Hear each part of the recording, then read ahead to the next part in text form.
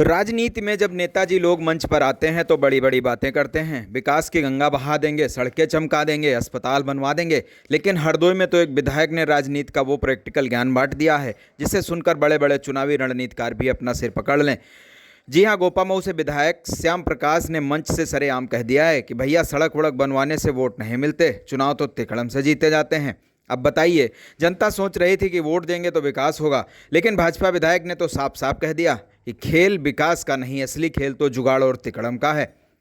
जरा गौर से देखिए इन चेहरों को। मौका था प्रधानों के कार्यकाल बढ़ने की खुशी में आयोजित सम्मान समारोह का, लेकिन गोपामऊ के बीजेपी विधायक श्याम प्रकाश ने इस मौके को पॉलिटिकल ट्यूशन क्लास में बदल दिया। विधायक ने प्रधानों को जीत का महामंत्र देते हुए चाणक्य नीति को भी पीछे छोड़ दिया है।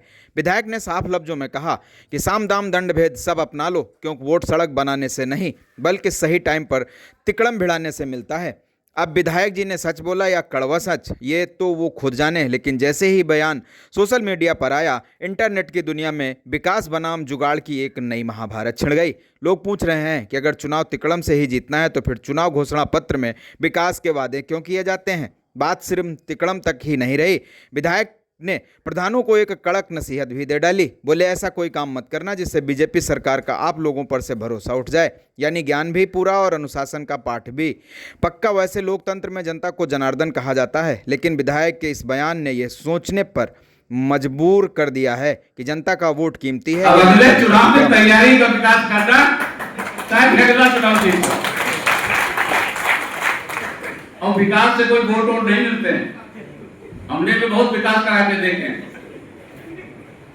जिन जिन गांव की सड़कें बनवा दी उन गांव में बक्से में बूथे वोटे नहीं निकलते।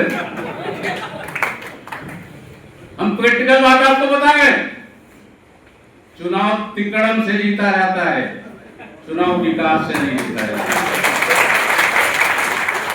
तो इन 6 साल और 1 महीने में साम राम दंड भेद जो भी तिकड़म पाका पाना कर लेना। अगला चुनाव आपको जीतना है, फिर से उसकी तैयारी करना। और सरकार की भी यही मंशा है।